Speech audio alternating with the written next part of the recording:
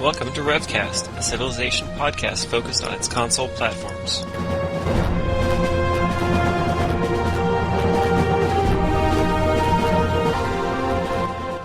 Elthrasher, the Headless 10, Ty Shine.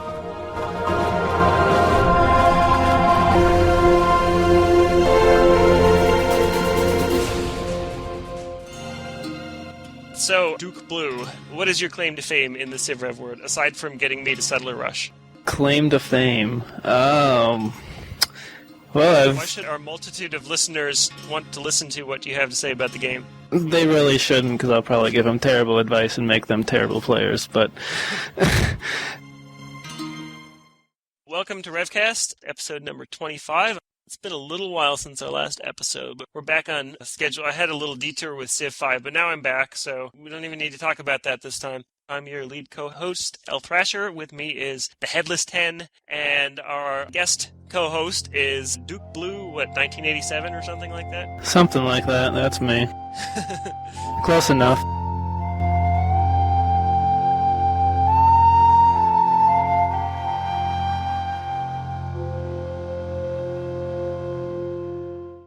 We got a suggestion for this episode to talk about how to defend against power civs, particularly when you aren't one. Power civs are typically defined as the Americans, the Chinese, and the Zulu. So, say you're playing, the Romans or something like that, and your opponent is playing the Americans, is going to first horse rush, maybe you, maybe somebody else, take some AI caps or something like that, and then is going to build 30 cities in 20 turns. How do you beat that guy? You win before they have a chance to do that. If you're playing against a good American player, as soon as they hit 5 techs and get into the medieval era, you can pretty much consider the game lost. There's ways you can win, and I'm certainly not saying just quit, but it's really, really hard to beat a good player with America once they get to 5 techs. It really doesn't matter what civ you are. So I would suggest be as aggressive as you can early. Try to get to them as fast as you can. I would suggest horse rushing. You really have to make the game as short as possible because with every turn they're gaining an advantage over you, especially after they get to the medieval with their, 1/3 cost units. Yep. Keyword there is good player. There aren't all that many very good Americans. A lot of them will get to the 5 techs and then pump out some cities and then think that they're good to go. If you see someone who really knows what they're doing and they've exploded across the map, you're in trouble. I don't want to play Thrasher when he's America, and he always picks him. I mean, it's ridiculous, really. I'm bad at America. I actually think I've beat Thrasher the last 2 times we've played. I have too. But, with Greeks, but... That was the Aztecs, so that's a little different. We won't say that out loud. That's all pick on Thrasher. The Aztecs are a pretty good counter to America. In fact, I think that the Aztecs are better than America in the first 20 turns or so, maybe 25, maybe up to 30 turns, depending on what's happening. No, definitely. And then after that, they're way, way, way, way, way worse. But if you can make the game only last 20 or 30 turns, you can probably win, or you have a good shot of winning. And I'm sure that those games didn't go that long. No, they were all decided early. I don't know, that Greek one took forever. Oh, man. That was... I played really terribly that game. Don't need to go into that. The truth comes out.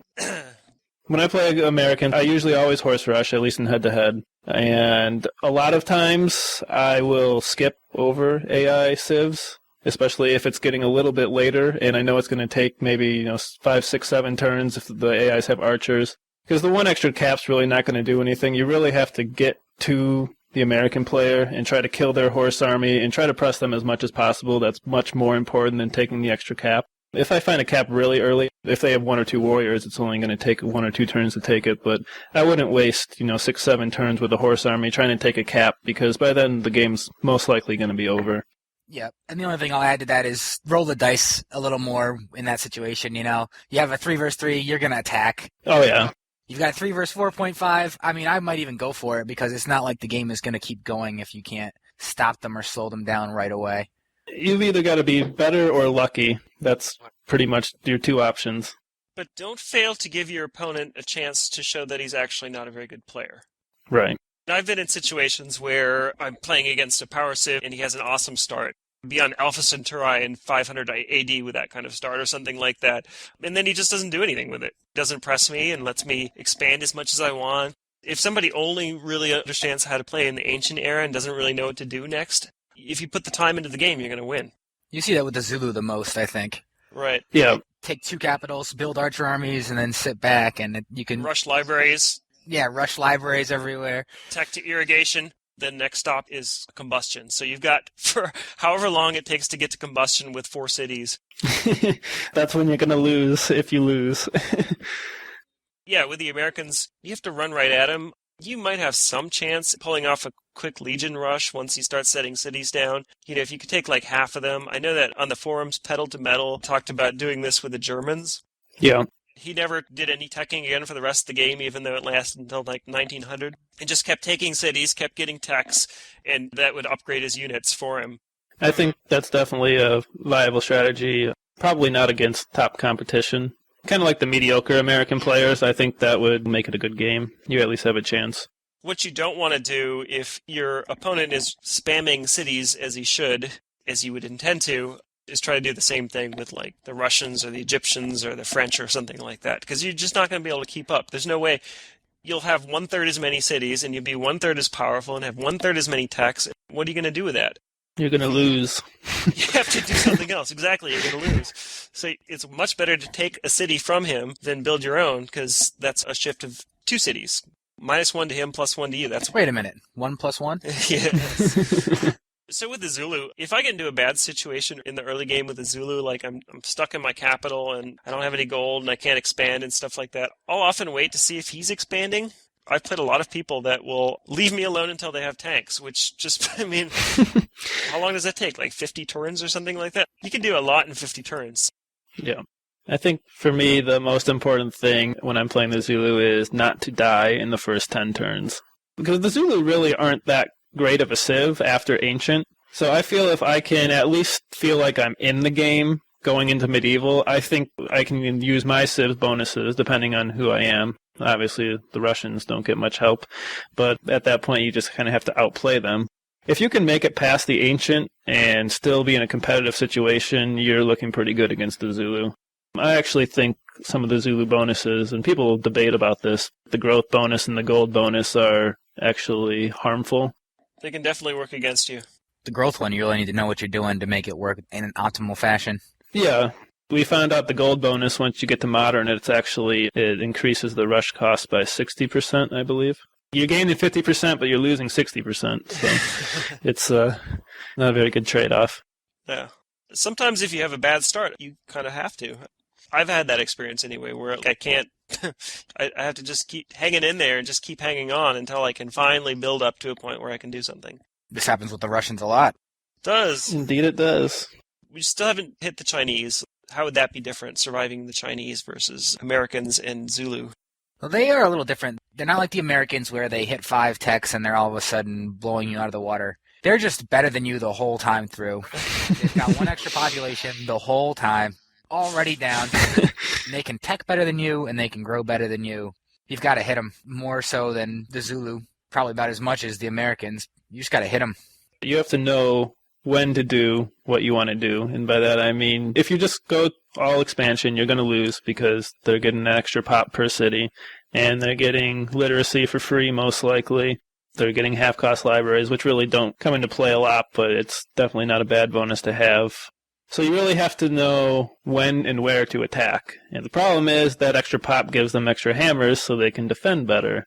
Man, playing against a good Chinese player is really hard if you're not a power civ as well, just because they can do everything so well. It's really just, I think, outskilling your opponent. Capitalize on any type of mistake that he makes.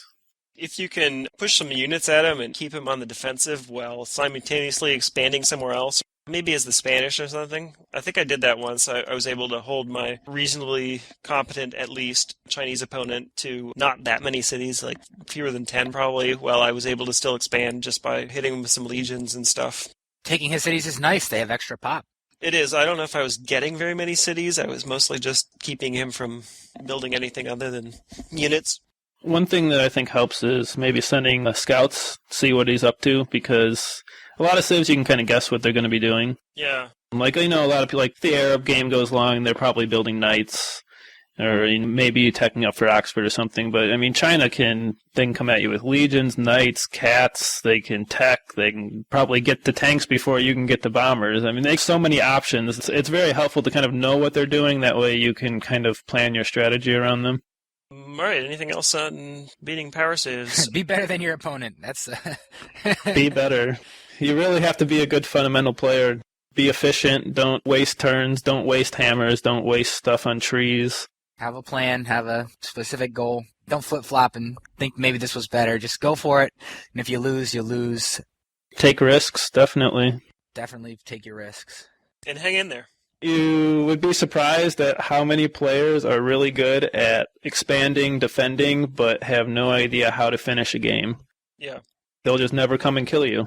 Yeah, that's probably the biggest weakness I've seen in Chinese players, is that they give you too much time, so that whatever you're going to do, if it's getting bombers, if it's having a target attack, if it's winning an economic victory because he's trying to get to outer space, which just takes longer, even if you're China.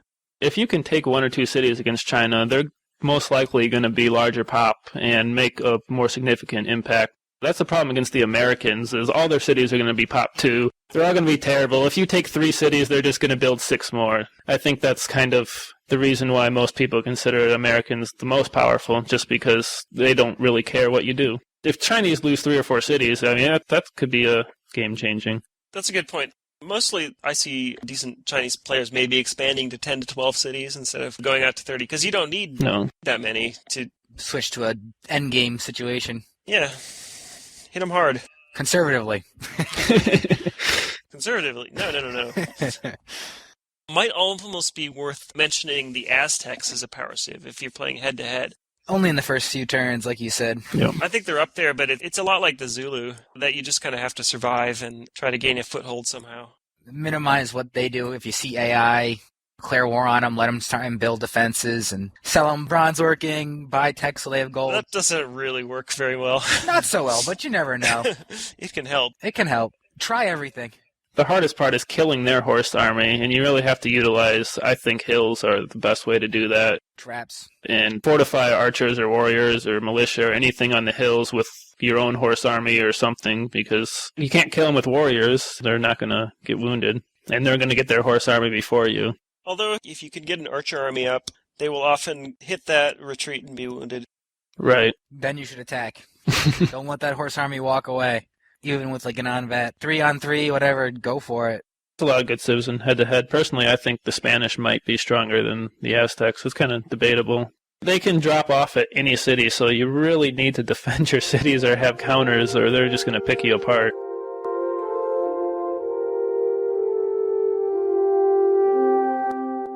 Our civ of the episode, and that is the Russians. Certainly a power civ, don't we agree? Agree. The best of the best.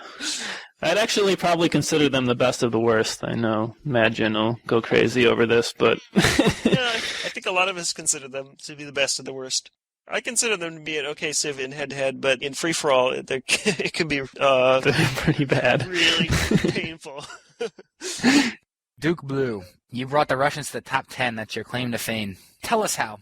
I was better than a lot of the people that I played. And I don't mean to brag about it, but to win a lot of games with the Russians, you really have to know the basics of the game and play a lot of games. I'm sure I've played a lot more games than a lot of people I played against. 2 main things about being good at Civ is when to expand and when to be aggressive. You learn that they don't always come at the same time in every game, and when you start playing games with the Russians, you really kind of pick up on when to do what. A lot of it's based on the opponent's Civ, what the opponent's doing. A lot of civs give you that intuition, I think, when you play the same civ over and over and over again. You get a feel for them, and it definitely helps your play in general. Like you said, I've got enough cities, I've got enough tech. He looks weak, he's not doing something right, I should go at him right now. Obviously, the power civs, you can do a lot wrong and still win. When you're the Russians, you really have to play correctly, because if you're playing a decent player and you're not playing efficiently, you're going to lose because your civ isn't nearly as good. You have to know how to close the game out. You have to have a goal that you're working toward, and you can't just kind of like, look at me, I'm awesome, I'm just going to build some cities, and I'm going to have some temples and make some knights and stuff, and that won't win the game for you. You're just going to get crushed if you do that. Let's take it by era. The Russians have the starting bonus of the local area map. You can usually see a barb or a friendly or two in there. Just gives you a little more flexibility in settling. Especially if you move your settler, it's actually a big help. I mean, I move my settler almost every game. It prevents you from moving down a peninsula and then moving 3 turns back up it. That's where I think the local area map really helps. And if you're playing Russia and not moving, then I think you're playing it wrong. I don't know. It kind of depends. It depends on your opponent, depends on the map, depends on what you're good at. Time settling in place is probably the right idea. If it's the right idea, at least you know. Like, you've looked at the map and you can say, okay, this is the spot. Moving isn't going to help me. I should stay here and see what I can do. One other thing the map helps out, if you find a friendly barb, you should definitely move your settler and go take that, because then you're kind of playing like a poor man Aztecs, which is a lot better than a full-strength Russia. Right. And that map, more often than not, you can use to kind of see what the other guy's doing. I mean, if you're playing against somebody who you know is moving their capital, I've seen their capital form in my local area map after I moved out of it. You say, oh, well, there you are. Thanks for telling me. It happens quite often, actually. Or they take a barb that you have left there and you see them take it. And you say, well, I know exactly where you are now, so at least I can focus my attack and be ready to trap you. Going with the idea that you're playing a bad civ, so you need to be quick about the game. You need to get things going and make things happen in a hurry. That makes that a fairly good bonus. Now, if you're playing a long game, you quickly expand out to see past your local area map. You've got about 3 turns to make the most of it. So you got to get on that. And you also get the +1 food from plains bonus, which makes your plains at least as good as, if not better than, grassland. You can have granaries eventually, which will make them produce more food. I kind of like that bonus. It's certainly a lot weaker than some of the other bonuses that civs get, but it increases your ability to settle different places. Some of the special tiles, like marble and wine isn't bad. Yeah. Tiles that have something else, some hammers or some culture or some science, some trade on a plains tile, and those are kind of not that exciting if you're just getting 1 food from the plains, but when you're getting 2 food from the plains, then they're pretty good. Little things help. It gives you closer places to settle a lot of times, and you have to squeeze out every turn you can with the Russians, so I always try to make the most of it. And if you happen to be a single-player player, and for some reason are listening to this program that almost exclusively only talks about multiplayer gaming, it's kind of fun to play Russia in single-player and settle on as many plains as you possibly can, and then get a granary really fast, and just see how quickly you can get up to 31 population. This does not work in multiplayer. If you end up playing Russia and end up in a long game, there's a point where an economic milestone and get free granaries everywhere. Later in the game, when growth has already accelerated a little bit, that can make your city start growing pretty quickly if you happen to have settled on some plains. And if you're Russia, no reason not to. And if you've expanded properly, that can start to matter. Because the problem with plains growth is that putting your workers on plains will grow your city, but it doesn't do anything for you in the meantime. Whereas growing on whales gives you trade at the same time you're growing.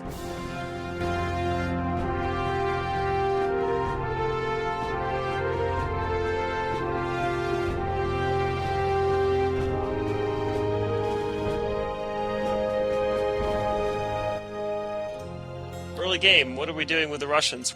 If you see a goody hut, I personally always take the 25 gold over. You can also set it to horseback riding, and you will get that tech a lot of times. Yeah, I agree.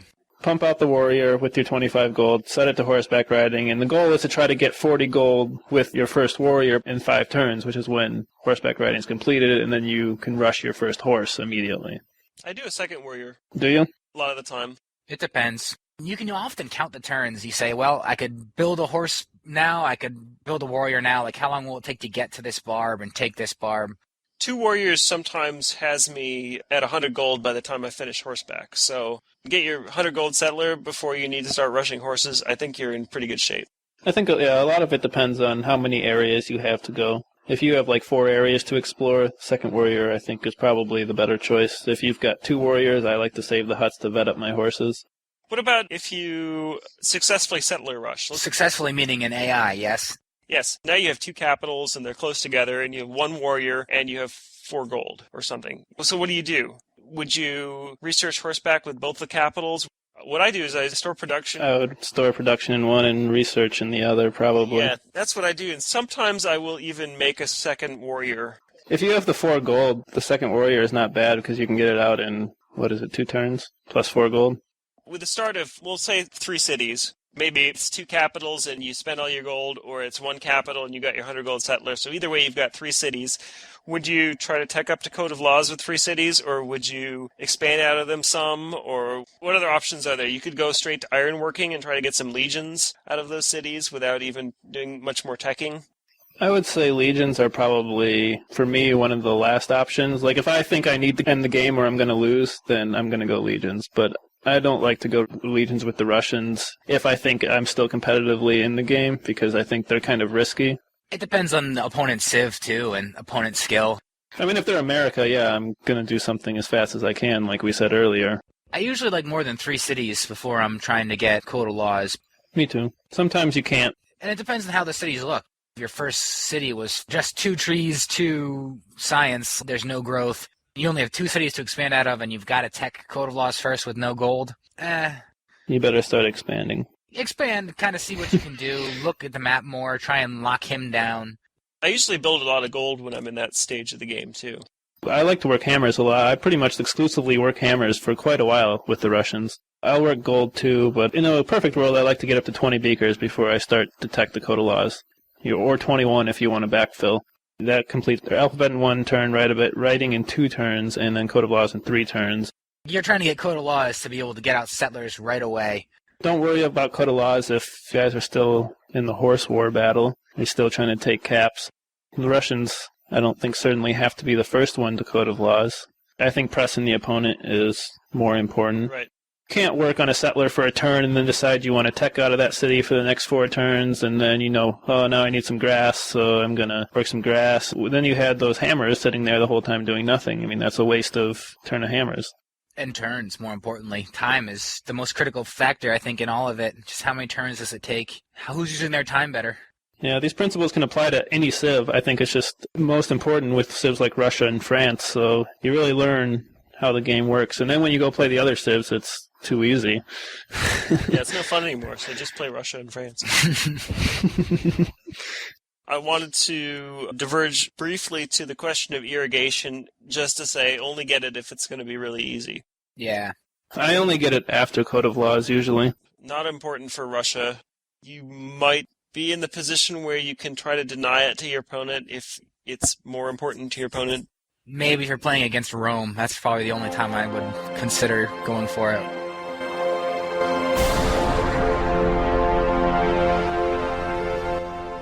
After 5 techs, you enter the medieval era, and you get the loyalty upgrade for all of your defensive units, which gives them a plus 50% combat bonus in friendly territory. This is kind of a terrible bonus, really. It's okay. Turns your archers into pikemen. Well, not... in friendly territory. Yeah, I don't know. I guess. I think it might be more useful against lesser competition. The thing is that your loyalty archer army still doesn't win against A it. knight army, yeah. It doesn't win against knights, it doesn't win against catapults, and it certainly doesn't win against anything that come after them. So you're kind of in the same place where you can build an archer army. It's probably good enough to stop a horse army, probably good enough to stop a legion army, probably not good enough to stop anything better than that, which is what you had already. So I'm not sure about the numbers exactly, but in certain circumstances, I think it doesn't get overrun against knight armies. Right. that's true. A fortified one. A loyalty archer will not be overrun by a normal knight army. Your riflemen get the same thing with tanks. Yes. So you can avoid overrun, which is useful if you have a counter. And your loyalty archer could be the defender in a city where, say, you've got a veteran catapult army to counter. We've probably all been in the situation where you have a normal non-veteran archer and you want that to be the defender when your opponent attacks, but instead your valiant catapult army steps up to defend and is killed because it has weak defense. Your loyalty archer would take the hit then because it's going to be whatever has the higher defensive rating. As long as it's fortified. It's not a great bonus. So what are we doing in medievalist Russia? Probably expanding. Try to pick up bonuses that are useful. Construction can be a good bonus if you have some hills. The market can be nice to help expand. Store production for Oxford University. Definitely. There's not much different in Russian medieval than there is for... Yeah.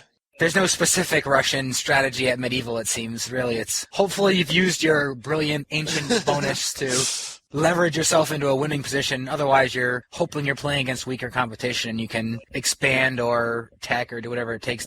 If it gets to medieval and you're playing against a good player, you probably need to go legions or knights or something if you don't think you can get to Oxford as fast as them. Because as soon as they get to Oxford, the game's pretty much over. Let's talk about industrial, because I think that half-price loyalty riflemen is not really that bad a deal. These 10-hammer riflemen, which have a defensive bonus, by the time you actually get gunpowder, which isn't usually at the start of the industrial era, they seem amazingly cheap, and you can just get them by the dozen. And I've been in situations where I had a city with a whole bunch of stored production, it comes under attack, and voila, I have 25 riflemen. You don't get to overrun them, so that means you have to attack my city 25 times. Meanwhile, I'm getting an economic victory way faster than that. So I think it's an okay bonus. They stack well. The two middle bonuses, they're not very good by themselves, but together it makes them okay. Acceptable.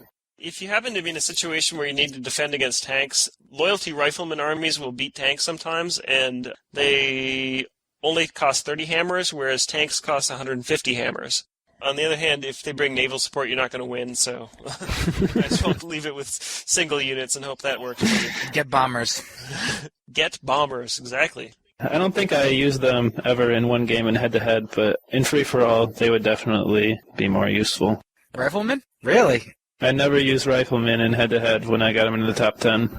Oh, I used them a lot. Especially in those late games that you were way behind and you kind of stuck with them. Those riflemen are everywhere. Difference in playstyle, I suppose. It doesn't bother me to suffocate an opponent. I like to get it done early. Horses, or else it's just usually tech to bombers. So then with Russia in Modern, you get half-price spies, and who cares? Spies are cheap. Especially at Modern. I mean, you can afford them as much as you want if you're going to use them. It's a terrible bonus. It's really useless. Yes, it is.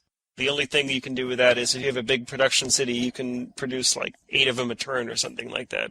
That's still not very good. Still not very useful. So that's how to play Russia. Now, how do you play against Russia? Any way you want. It's such an open question, it's unanswerable. They have no real good bonuses coming up. That's when you don't take so many risks. Maybe you don't need to go a 3-on-3 because, what's he going to do, really? Like, you can expand or tech or use any of your bonuses better than he can use his bonuses. The longer the game goes, the more advantage you should have. Yes. Assuming that you're playing a halfway decent Civ. Even Civs like the Aztecs, where they don't have very good bonuses after Ancient, you still are probably in a better spot than Russia the longer the game goes on. Well, I almost never play against Russia. If you do play Russia, they either went random or they're probably a fairly decent player. Or a total noob. Yeah, or a total noob. I don't know. Very many noobs don't play Russia either, I have found. Usually it's against a random person, one of you guys that I know and I'm playing against. Or if the person thinks Catherine's hot, maybe. It could be an influence.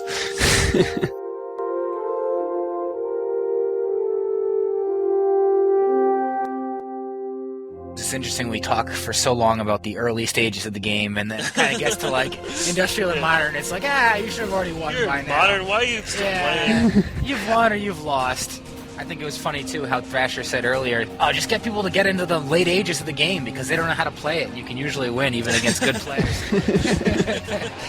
Thank you for listening to RevCast. I have been lead co-host elthrasher. With me is the Headless Hen and guest Duke Blue 1987. That's right. Thanks, guys.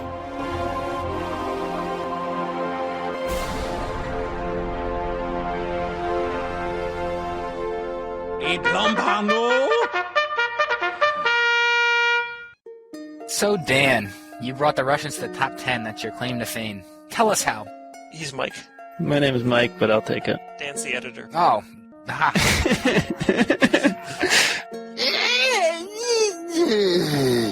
The greatest of the worst. Yes, the best of the worst. Best of the top 3. I'll give them that. The best of the bottom 3, rather. Best of the top 3. They're all the way up there. There's no one better.